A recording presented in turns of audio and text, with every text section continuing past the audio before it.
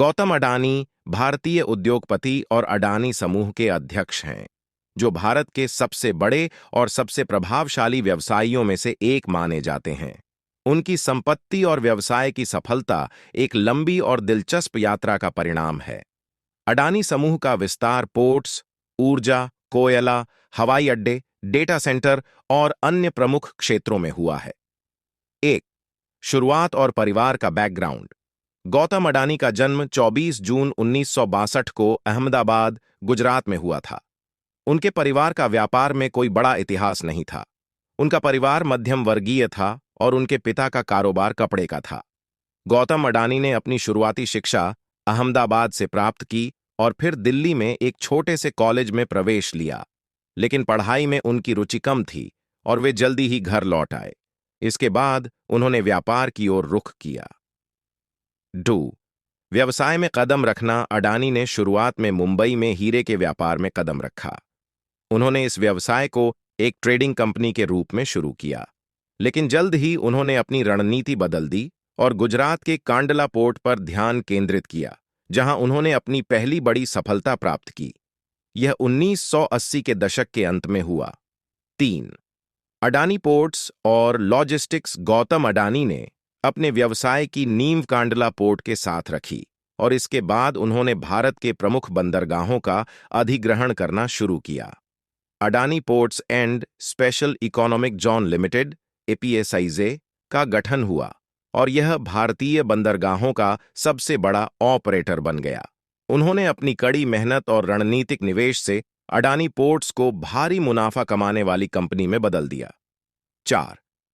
ऊर्जा क्षेत्र में प्रवेश। अडानी ने 1990 के दशक के अंत में ऊर्जा क्षेत्र में भी निवेश किया। उन्होंने कोयला खनन, पावर प्लांट और तेल गैस क्षेत्र में अपनी पकड़ मजबूत की। 2000 के दशक की शुरुआत में अडानी पावर लिमिटेड की स्थापना हुई, जो आज भारत की सबसे बड़ी निजी क्षेत्र की पावर कंपनियों में से एक है। इसके अलावा उन्होंने अडानी ग्रीन एनर्जी के जरिए नवीकरणीय ऊर्जा के क्षेत्र में भी प्रवेश किया। 5.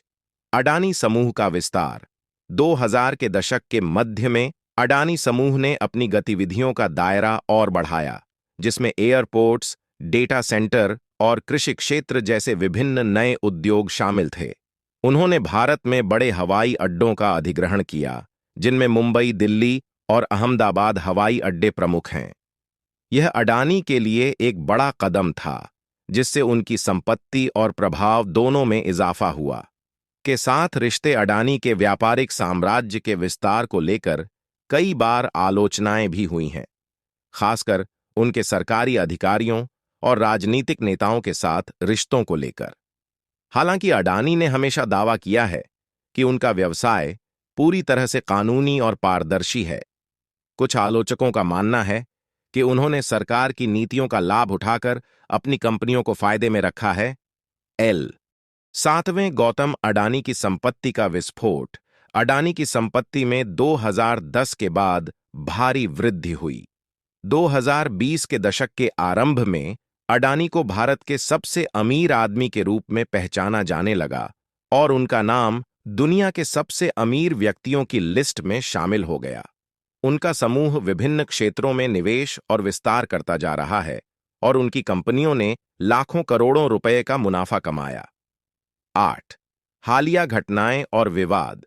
हालांकि अडानी की कंपनियों की सफलता में कोई संदेह नहीं है, उनके साम्राज्य को लेकर कुछ विवाद भी उठे हैं।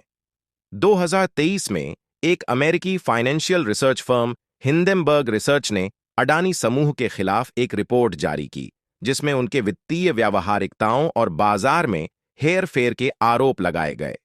हालांकि अडानी समूह ने इन आरोपों का खंडन किया, लेकिन इस रिपोर्ट ने अडानी की कंपनियों के स्टॉक्स को प्रभावित किया और उनकी संपत्ति में भारी गिरावट आई। निष्कर्ष। गौतम अडानी की यात्रा एक प्रेरणादायक उदाहरण है कि कैसे एक छोटे व्यवसाय से शुरुआत कर एक व्यक्ति दुनिया के सबसे बड़े उद्योगपतियों में शामिल हो सकता है। उनका साम्राज्य कई क्षेत्रों में फैला हुआ है और उनका व्यापार आज भी तेजी से बढ़ रहा है। हालांकि उनके साम्राज्य के खिलाफ कुछ आलोचनाएं और विवाद हैं, फिर भी उनका योगदान भारतीय अर्थव्यवस्था में महत्वपूर्ण है। गौतम अडानी की कहानी और भी दिलचस्प है, क्योंकि उनके व्यवसाय का विस्तार और सफलता एक विशिष्ट रणनीति और दीर्घकालिक दृष्टिकोण का परिणाम है। चलिए, उनके जीवन और व्यापार के कुछ और महत्वपूर्ण पहलुओं पर ध्यान डालते हैं। 1. गौतम अडानी की व्यावसायिक मानसिकता और दृष्टिकोण। अडानी की सफलता का एक बड़ा कारण उनका व्यापारिक दृष्टिकोण और जोखिम उठाने की क्षमता रही है। उनका मानना है कि बड़े बदलाव और विकास के लिए सही समय पर सही निर्णय लेना बेहद महत्वपूर्ण होता है। उदाहरण के तौर पर, जब उन्होंने कांडला पोर्ट का अधिग्रहण किया था, तो यह एक महत्वपूर्ण रणनीतिक कदम था, क्योंकि उस समय गुजरात में पोर्ट्स के लिए बहुत बड़ा विकास क्षमता थी। इसके अलावा, अडानी की नज़र हमेशा उन क्षेत्रों पर रही है जो भारतीय अर्थव्यवस्था के लिए महत्वपूर्ण हों, लेकिन जिनमें प्रतिस्पर्धा अपेक्षाकृत कम हो। उन्होंने खुद को ऐसे क्षेत्रों में स्थापित किया जिनकी लंबे समय में विकास की बहुत अधिक संभावना थी, जैसे ऊर्जा, बंदरगाह और हवाई अड्डे। 2. हवाई अड्डे का अधिग्रहण और विस्तार। अडानी समूह ने 2019 में भारतीय हवाई अड्डों के संचालन में महत्वपूर्ण प्रवेश किया। उन्होंने 6 प्रमुख हवाई अड्डों का अधिग्रहण किया, जिनमें अहमदाबाद, मुंबई, जयपुर, लखनऊ, मनहसूर और त्रिवेंद्रम शामिल हैं। यह कदम अडानी समूह की महत्वाकांक्षाओं का हिस्सा था और इसने उन्हें भारतीय हवाई परिवहन उद्योग में एक महत्वपूर्ण खिलाड़ी बना दिया। इसके अलावा, उनका लक्ष्य केवल हवाई अड्डों का संचालन करना नहीं था, बल्कि इनका डिजिटलीकरण, इंफ्रास्ट्रक्चर सुधार और सुरक्षा मानकों को ऊंचा उठाना भी था। अडानी समूह ने हवाई अड्डों को और ज्यादा कमर्शियल और प्रॉफिटेबल बनाने की दिशा में काम किया, जैसे एयरपोर्ट के पास मॉल, होटल्स और अन्य कमर्शियल प्रॉपर्टीज का निर्माण करना। 3. नवीकरणीय ऊर्जा में प्रवेश। अडानी समूह ने सौर ऊर्जा और नवीकरणीय ऊर्जा क्षेत्र में भी बड़ा निवेश किया। उनका मानना है कि भविष्य की ऊर्जा जरूरतों को नवीकरणीय स्रोतों से ही पूरा किया जाएगा, और इसी दिशा में उन्होंने अडानी ग्रीन एनर्जी की शुरुआत की। 2020 तक अडानी ग्रीन ने भारत में सबसे बड़ी सौर ऊर्जा कंपनी बनने का गौरव प्राप्त किया। यह पहल एक दीर्घकालिक रणनीति का हिस्सा थी, जो पर्यावरणीय जिम्मेदारी और व्यावसायिक लाभ दोनों को ध्यान में रखकर बनाई गई थी। अडानी समूह का उद्देश्य था कि वे भारत और दुनिया में क्लीन एनर्जी के क्षेत्र में एक अग्रणी बने। 4. कोयला और खनन उद्योग। अडानी समूह के व्यापार की शुरुआत कोयला खनन और आपूर्ति से हुई थी। अडानी ने 1990 के दशक के अंत में ऑस्ट्रेलिया में भी कोयला खदानों का अधिग्रहण किया। उनका उद्देश्य भारतीय बाजार में ऊर्जा की मांग को पूरा करने के लिए कोयला आपूर्ति में स्वदेशी आपूर्ति को बढ़ाना था। ऑस्ट्रेलिया में उनके अधिग्रहित कार्माइकल कोल माइन परियोजना ने वैश्विक स्तर पर ध्यान आकर्षित किया, हालांकि इसे पर्यावरणीय कारणों और स्थानीय समुदायों के विरोध का भी सामना करना पड़ा। बावजूद इसके, अडानी समूह ने इस परियोजना में भारी निवेश किया और अब यह भारत में कोयला आपूर्ति के एक प्रमुख स्रोत के रूप में उभरा है। 5 चुनौतियां और आलोचनाएं। गौतम अडानी और उनके समूह को कई बार आलोचनाओं का सामना करना पड़ा है, खासकर उनके व्यापारिक तरीके, सरकारी संपर्कों और बड़े पैमाने पर किए गए निवेशों को लेकर। सबसे प्रमुख आलोचना यह रही है कि अडानी के व्यापार का बड़ा हिस्सा सरकारी नीतियों और फैसलों से प्रभावित होता है।